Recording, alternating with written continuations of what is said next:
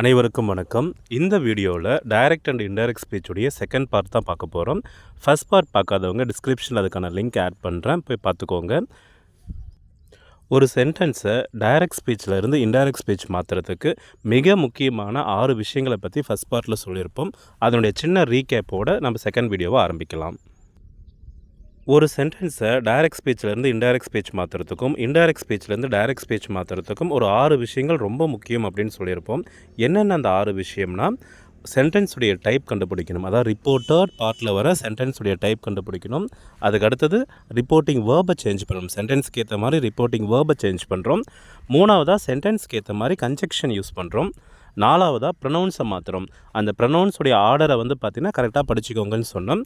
I V யூனா அது கண்டிப்பாக ஈ she தேவா தான் மாறும்.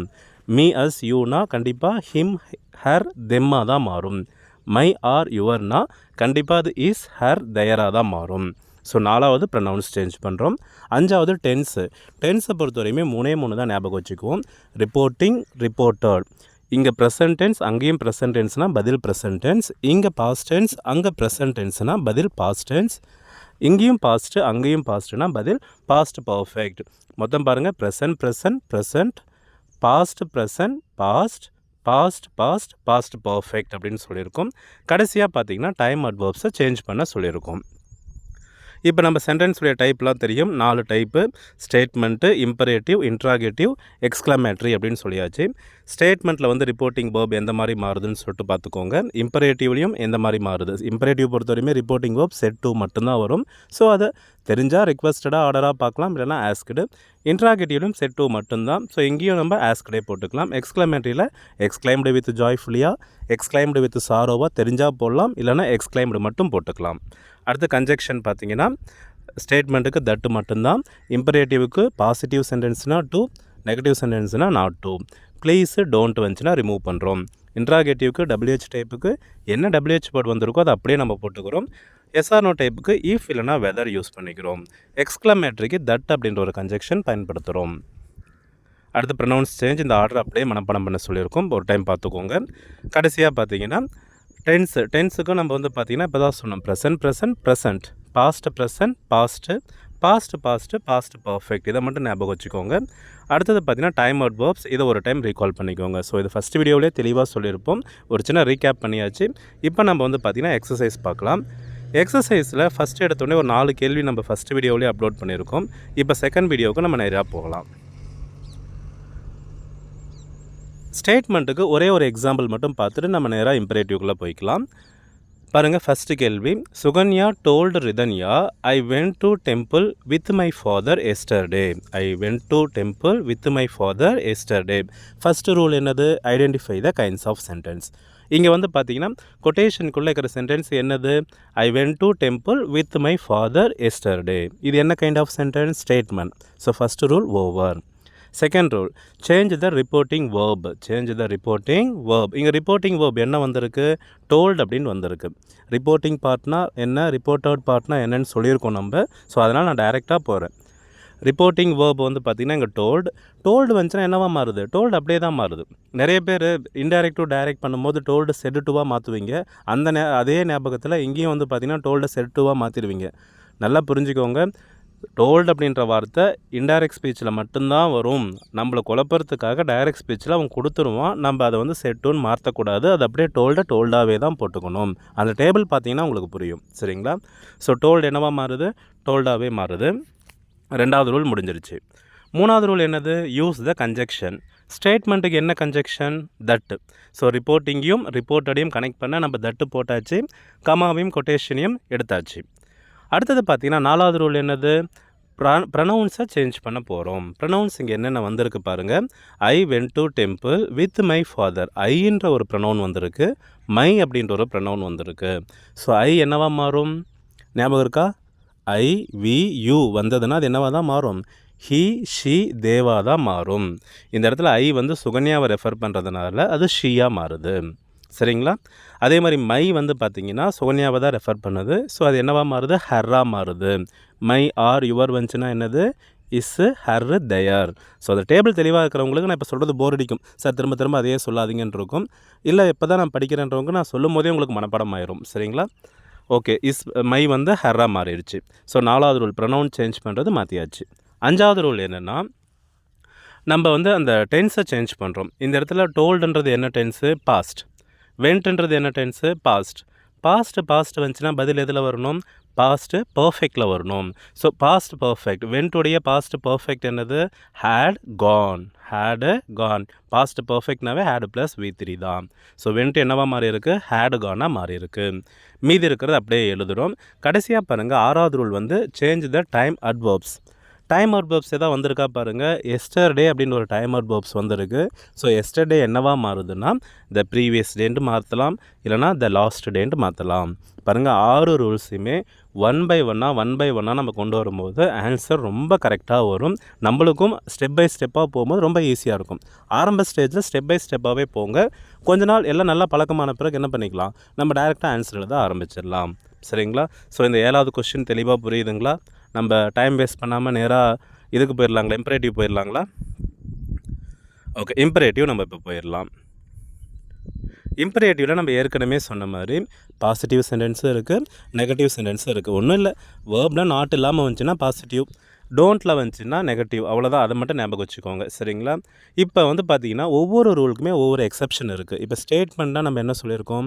யுனிவர்சல் ட்ரூத்தோ இல்லை ஒரு கொட்டேஷனோ, விவேகானந்தர் சொன்னார், மகாத்மா காந்தி சொன்னாங்க, தாகூர் சொன்னாங்க, அப்படி ஒரு கொட்டேஷன் சொல்கிறோம் இல்லைங்களா? அந்த கொட்டேஷன் சொல்லும் போதும் ஒரு யுனிவர்சல் ட்ரூத் சொல்லும் போது நம்ம டென்ஸ் பார்க்க மாட்டோம். அந்த கொட்டேஷனுக்குள்ளே என்ன இருக்கோ அதை அப்படியே எழுதிக்குவோம் நம்ம சொன்னோமா? அதே மாதிரி இம்பரேட்டிவ்க்கு என்ன விதிவிலக்குனா, இந்த இடத்துல டென்ஸ் வந்து பார்த்திங்கன்னா நம்ம பார்க்க மாட்டோம். பாருங்கள், மொத்தம் 6 ரூல்ஸில் இம்பரேட்டிவ்க்கு மட்டும் பார்த்திங்கன்னா நம்ம 5 ரூல் தான் பண்ணுறோம். என்ன அந்த ஒரு ரூல் கட் பண்ணுறோம்னா டென்ஸ் நம்ம பார்க்க மாட்டோம். டென்ஸ் பார்க்காம மீதி 5 மட்டும் ஒன் பை ஒன்னாக நம்ம பார்த்தோம்னா ஆன்சர் கரெக்டாக வந்துடும்.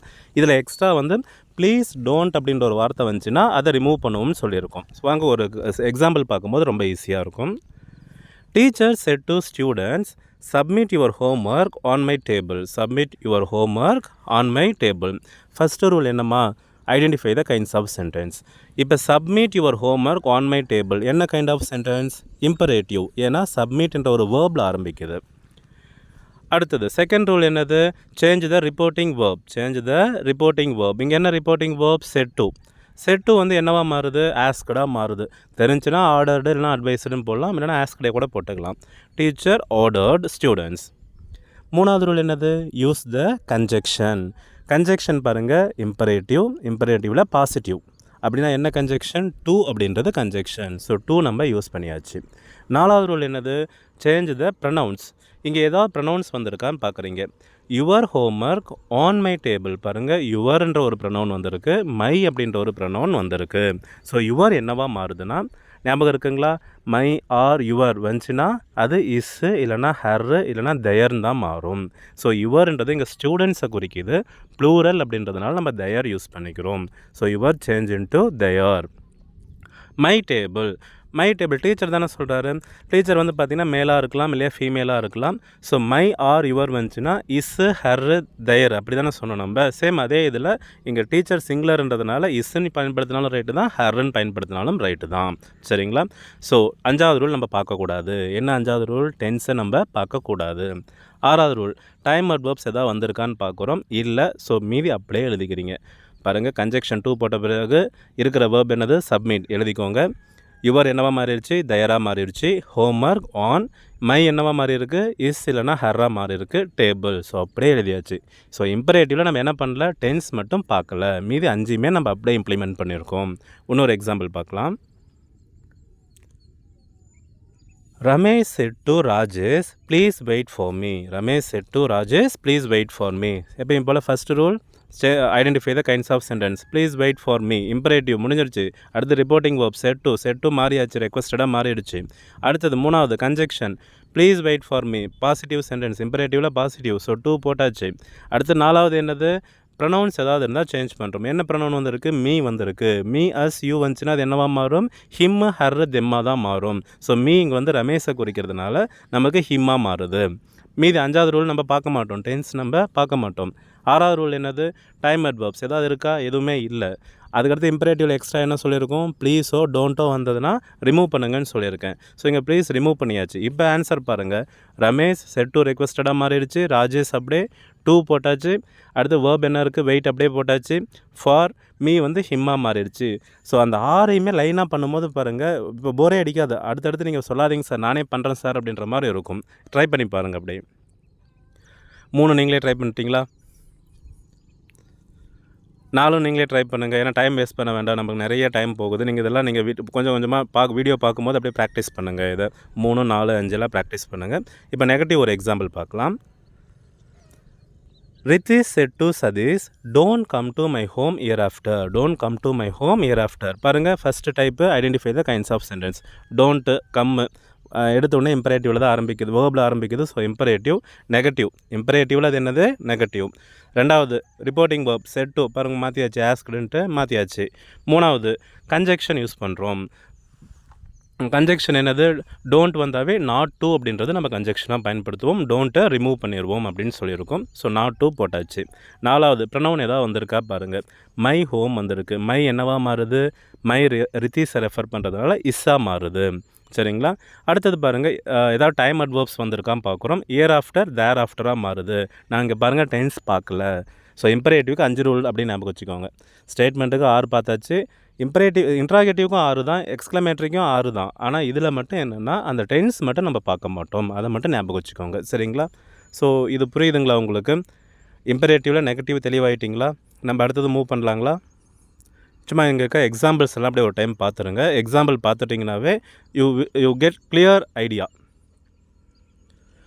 எப்பயுமே நான் பேசுகிறத விட என்னுடைய எக்ஸாம்பிள் வந்து பார்த்திங்கன்னா உங்களுக்கு ரொம்ப ஈஸியாக கேட்ச் பண்ணுற மாதிரி இருக்கும். அதனால தான் இந்த மாதிரி எக்ஸாம்பிளாக தேடி பொறுக்கி எடுக்கிறதா இருக்குது. ஓகே, இந்த 4 கேள்வி நீங்களே ப்ராக்டிஸ் பண்ணுங்கள். இம்பரேட்டிவில் நெகட்டிவ். அடுத்தது பார்த்திங்கன்னா இன்ட்ராகேட்டிவ் பொறுத்தவரையுமே WH டைப் இருக்குது, அதுக்கு அடுத்தது SR/NO டைப் இருக்குது. இப்போ நம்ம ஒவ்வொரு ரூலுக்கும் ஒவ்வொரு ஞாபகம் வச்சுக்கிட்டோம் இல்லைங்களா? ஸ்டேட்மெண்ட்னா கொட்டேஷனையும் அதே மாதிரி யூனிவர்சல் ட்ரூத்தையும் அப்படியே போட்டுக்கிறோம். இம்பரேட்டிவ்னா டென்ஸ் பார்க்க மாட்டோம். டோன்ட்டு ப்ளீஸ் வந்துச்சுன்னா ரிமூவ் பண்ணிடுவோம் அப்படின்னு பார்த்தோம் இல்லைங்களா? இப்போ இன்ட்ராகேட்டிவில் நீங்கள் என்ன ஞாபகம் வச்சுக்கிறீங்கன்னா, சப்ஜெக்ட்டுக்கு அடுத்தது கன்ஜெக்ஷனுக்கு அடுத்தது சப்ஜெக்ட் பயன்படுத்தணும். கன்ஜெக்ஷனாக ஒரு வார்த்தையை பயன்படுத்துகிறோம் இல்லைங்களா? கன்ஜெக்ஷனுக்கு அடுத்து என்ன வந்துடணும், சப்ஜெக்ட் வந்துடணும். அதை மட்டும் தெளிவாக ஞாபகம் வச்சுக்கோங்க. சரிங்களா? இப்போ WH டைப்புடைய ஸ்ட்ரக்சர் உங்களுக்கு தெரியும், ஞாபகம் இருக்குது.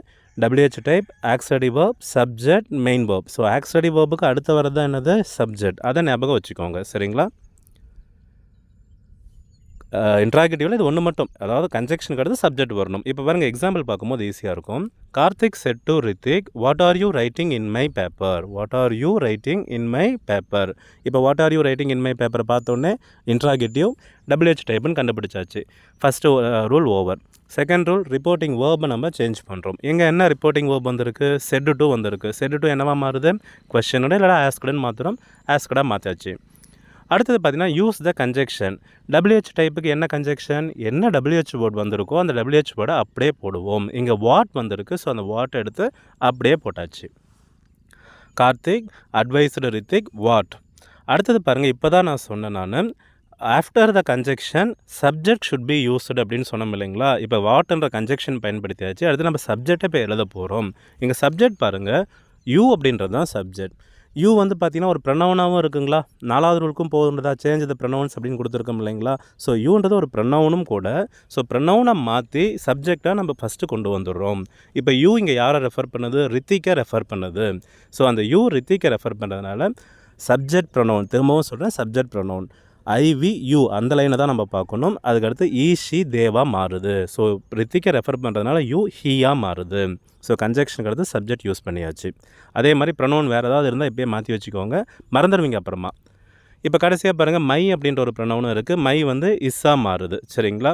ஸோ 4 ரூல் முடிஞ்சிருச்சு. கைண்ட்ஸ் ஆஃப் சென்டென்ஸ் கண்டுபிடிச்சாச்சு, ரிப்போர்ட்டிங் வேர்ப் கண்டுபிடிச்சாச்சு, அடுத்தது கன்ஜெக்ஷன் யூஸ் பண்ணியாச்சு, ப்ரொனவுனையும் மாற்றியாச்சு. 5வதாக பார்த்தீங்கன்னா டென்ஸு. செட்ன்றது என்ன டென்ஸு, பாஸ்ட். ஆர்ன்றது என்ன டென்ஸு, ப்ரெசன்ட். பாஸ்ட் ப்ரெசன்ட் வந்துச்சுன்னா பதில் எதில் வரணும், பாஸ்ட்டில் வரணும். Past present change into past. ஆருடைய பாஸ்ட் டென்ஸ் என்னது, வாஸ் வேர். Was were. இந்த இடத்துல ஹீக்கு வந்து வாஸ் வருமா வேர் வருமானா வாஸ் வருது. நிறைய பேர் ஆருடைய பாஸ்ட் டென்ஸ் கேட்டால் வேர் அப்படின்னு சொல்லுவீங்க. அதெல்லாம் இல்லை. ஆமுடைய பாஸ்ட் டென்ஸ் கேட்டாலும் வாஸ் வேர் தான் சொல்லணும். ஈஸுடைய பாஸ்ட் டென்ஸ் கேட்டாலும் வாஸ் வேர் தான். ஆருடைய பாஸ்ட் டென்ஸ் கேட்டாலும் வாஸ் வேர் தான் சொல்லணும். அந்த இடத்துல எது கரெக்டாக இருக்கோ அதை எடுத்து நம்ம பயன்படுத்திக்கணும். சரிங்களா? இப்போ ஆருடைய பாஸ்ட் டென்ஸ் வாஸ் வேர், இங்கே ஹீ சப்ஜெக்டாக வந்ததுனால வாஸ் பயன்படுத்திக்கிறோம். ஸோ வாஸ் வந்துடுச்சு. அடுத்து அந்த ரைட்டிங் அப்படியே எழுதிக்கிறோம். இன் அப்படியே எழுதியாச்சு. மை என்னவா மாற்றிட்டோம், நம்ம இஸ்ஸாக மாற்றிட்டோம். டைம் அட்வர்ப்ஸ் எதுவுமே வரல. ஸோ மீதி இருக்கிறது அப்படியே எழுதியாச்சு. சென்டென்ஸ் புரியுதுங்களா? பாருங்கள், ஒரு கேள்வி தெளிவாக புரிஞ்சுக்கோங்க. ஒன்று தெளிவாக புரிஞ்சிட்டிங்கன்னா மீதியெல்லாம் ஈஸியாக தான் இருக்கும். சரிங்களா? 6 ரூலுமே நம்ம லைனாக அப்ளை பண்ணுறோம். அப்ளை பண்ணும்போது என்ன ஒரு சின்ன விஷயம்னா, கன்ஜெக்ஷனுக்கு அடுத்தது சப்ஜெக்ட் போடுறோம்.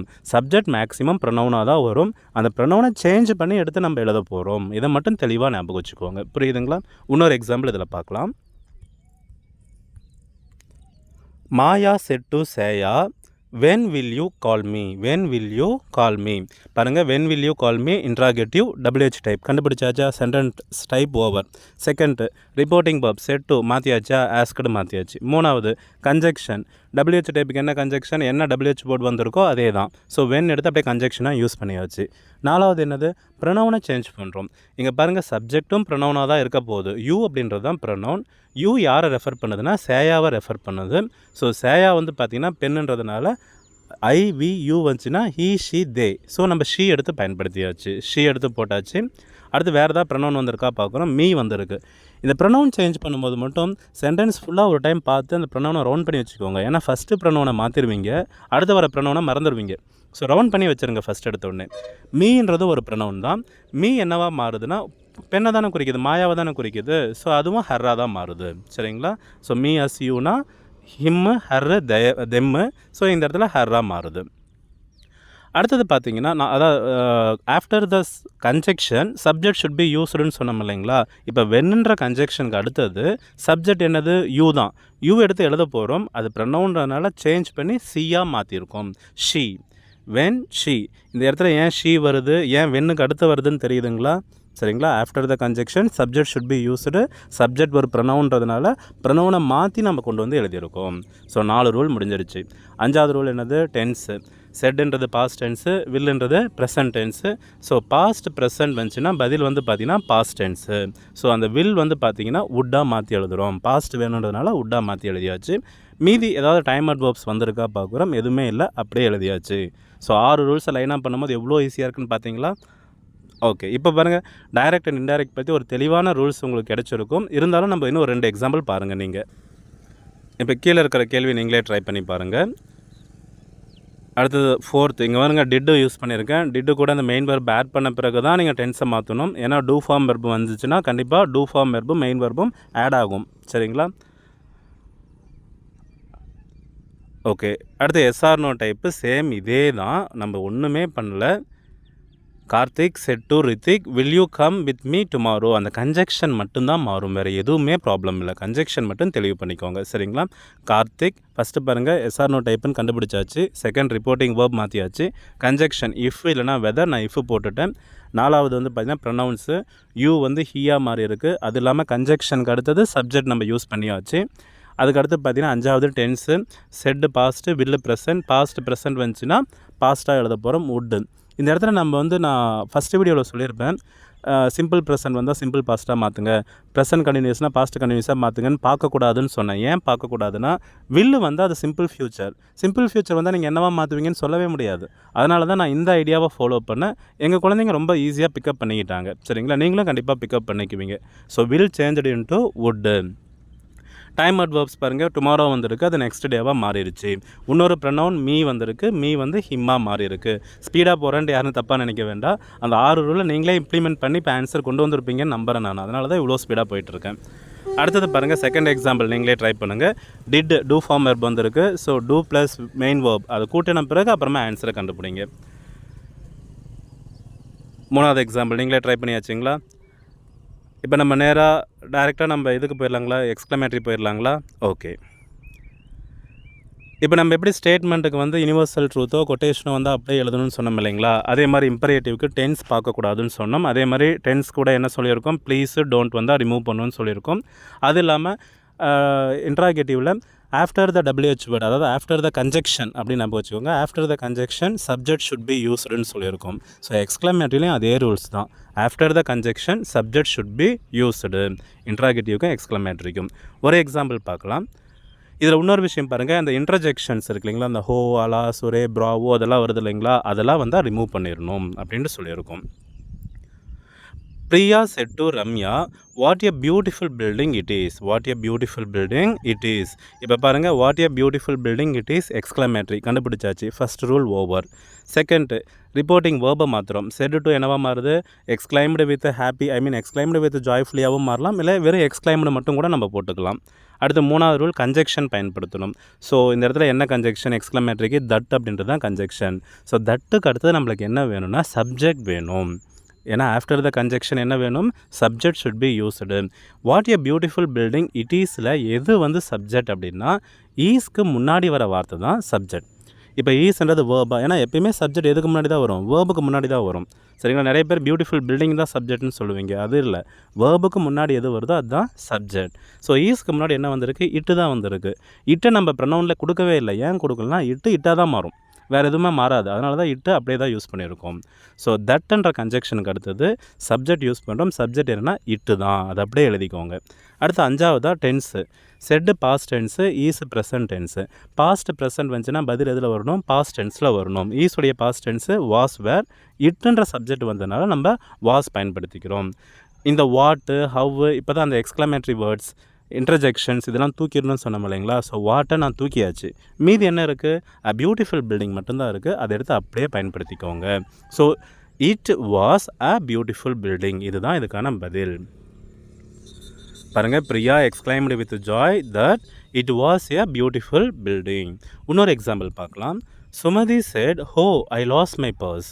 இது அதே மாதிரி தான். ஹோ ஐ லாஸ் மை பர்ஸ் பார்த்தோன்னே எக்ஸ்க்ளமேட்டரின்னு கண்டுபிடிச்சாச்சு. First rule over. Second set reporting verb, set வந்து பார்த்திங்கன்னா எக்ஸ்க்ளைம்டாக மாறிடுச்சு. Second rule over. மூணாவது ரூல் கன்ஜெக்ஷன் தட்டு பயன்படுத்தியாச்சு, ஓவர். 4 வந்து பார்த்திங்கன்னா ப்ரொனவுன்ஸை சேஞ்ச் பண்ணுறோம், அதே மாதிரி சப்ஜெக்டை கொண்டு வந்துடுறோம். சரிங்களா, கன்ஜெக்ஷனுக்கு அடுத்து சப்ஜெக்ட் கொண்டு வந்துடுறோம், ப்ரொனவுனாக இருக்கிறத மாற்றிடுறோம். இப்போ ஐ அப்படின்ற ஒரு ப்ரொனவுன் வந்திருக்கு. ஐ என்னவா மாறுதுன்னா ஷீயாக மாறுது. ஸோ அந்த ஷீயை ஃபஸ்ட்டு கொண்டு வந்துடுறோம். சரிங்களா, ஷீ கொண்டு வந்தாச்சு. இன்டர்ஜெக்ஷன்ஸ், எக்ஸ்க்ளமேட்டரி வேர்ட்ஸை தூக்கியாச்சு, ஹோவை நம்ம தூக்கியாச்சு. சரிங்களா, அஞ்சாவது என்னது, டென்ஸ் மாத்திரம். செட்டு வந்து பாஸ்ட் டென்ஸ், லாஸ்ட்டும் பாஸ்ட் டென்ஸ். ஸோ பாஸ்ட் வந்துச்சுன்னா பதில் என்னது, பாஸ்ட் பர்ஃபெக்ட். ஸோ லாஸ்ட்டுடைய பாஸ்ட் பர்ஃபெக்ட் என்னது, ஹேட் லாஸ்ட். சரிங்களா, ஹேட் லாஸ்ட். ப்ரொனவுன் பாருங்கள், ஐ மட்டும் இல்லை, இன்னொரு ப்ரொனவுனும் இருக்குது. நான் இப்போ கொஞ்சம் நேரத்துக்கு முன்னாடி தான் சொன்னேன். ப்ரொனவுன்ஸை பொறுத்தவரையுமே ஃபஸ்ட்டு என்னென்ன ப்ரொனவுன்ஸ் இருக்கோ ரவுண்ட் பண்ணி வச்சுக்கோங்க. ஏன்னா ஃபஸ்ட்டு ப்ரொனவுனை மாற்றும், அடுத்து வர ப்ரொனவுனை மறந்துடுவோம். ஸோ இந்த இடத்துல பாருங்கள், நானே இப்போ மையை வந்து மிஸ் பண்ணிட்டேன். இப்போ மை வந்து பார்த்திங்கன்னா என்னவா மாறுதுன்னா ஹர்ரா மாறுது. டைம் அட்வர்ப்ஸ் எதுவுமே இல்லை, அதனால் அப்படியே விட்டாச்சு. இப்படி ஸ்டெப் பை ஸ்டெப்பாக போகும்போது உங்களுக்கு ரொம்ப ஈஸியாக இருக்கும்னு நான் ரொம்பவே நம்புகிறேன். இருந்தாலும் நீங்கள் ஒரு 2-3 கேள்வியை ப்ராக்டிஸ் பண்ணுங்கள். சரிங்களா, ஸோ டைரக்ட் டு இன்டைரக்ட் இது மட்டும்தான். ஃபஸ்ட்டு சென்டென்ஸ் டைப்பை கண்டுபிடிக்கிறீங்க, அடுத்தது ரிப்போர்ட்டிங் வேர்பை மாற்றுறீங்க, அடுத்தது கன்ஜெக்ஷன் பயன்படுத்துகிறீங்க, அடுத்து ப்ரொனவுன்ஸை மாற்றுறீங்க, அஞ்சாவதாக டென்ஸ் பார்க்குறீங்க, ஆறாவதாக டைம் அட்வர்ப்ஸை பார்க்குறீங்க. இப்படி ஸ்டெப் பை ஸ்டெப்பாக போனீங்கன்னா முடிச்சிடலாம். ஸ்டேட்மெண்ட்டில் என்ன விதிவிலக்கு, யுனிவர்சல் ட்ரூத்தோ கொட்டேஷனோ வந்தால் ரிமூவ் பண்ணுறோம், அப்படியே எழுதிக்கிறோம். யுனிவர்சல் ட்ரூத்தையும் கொட்டேஷனையும் மாற்றாமல் அப்படியே எழுதிக்கிறோம். அதே மாதிரி இம்பரேட்டிவில் ப்ளீஸ் டோன்ட் வந்தால் ரிமூவ் பண்ணுறோம், டென்ஸை மாற்ற மாட்டோம். இன்ட்ராகேட்டிவில் WH வேர்டு, அதாவது அந்த கன்ஜெக்ஷன்ஸ் அப்படின்னு ஞாபகம் வச்சுக்கோங்க. கன்ஜெக்ஷனுக்கு அடுத்தது சப்ஜெக்ட் கொண்டு வந்துடுறோம். எக்ஸ்க்ளமேட்டரிலையும் அதே மாதிரி தான். கன்ஜெக்ஷனுக்கு அடுத்தது சப்ஜெக்ட் கொண்டு வந்துடுறோம். அந்த இன்டர்ஜெக்ஷன்ஸு இதெல்லாம் வந்ததுன்னா அதை ரிமூவ் பண்ணிடுறோம். இதை தெளிவாக தெரிஞ்ச பிறகு எக்ஸாம்பிள் பாருங்கள், ரொம்ப ஈஸியாக இருக்கும். சரிங்களா, இந்த வீடியோ உங்களுக்கு கண்டிப்பாக பிடிச்சிருக்குன்னு நான் நம்புகிறேன். இந்த வீடியோ பிடிச்சிருந்துச்சுன்னா சேனலை சப்ஸ்கிரைப் பண்ணுங்கள், உங்கள் ஃப்ரெண்ட்ஸுக்கும் ஷேர் பண்ணுங்கள். தேங்க்யூ.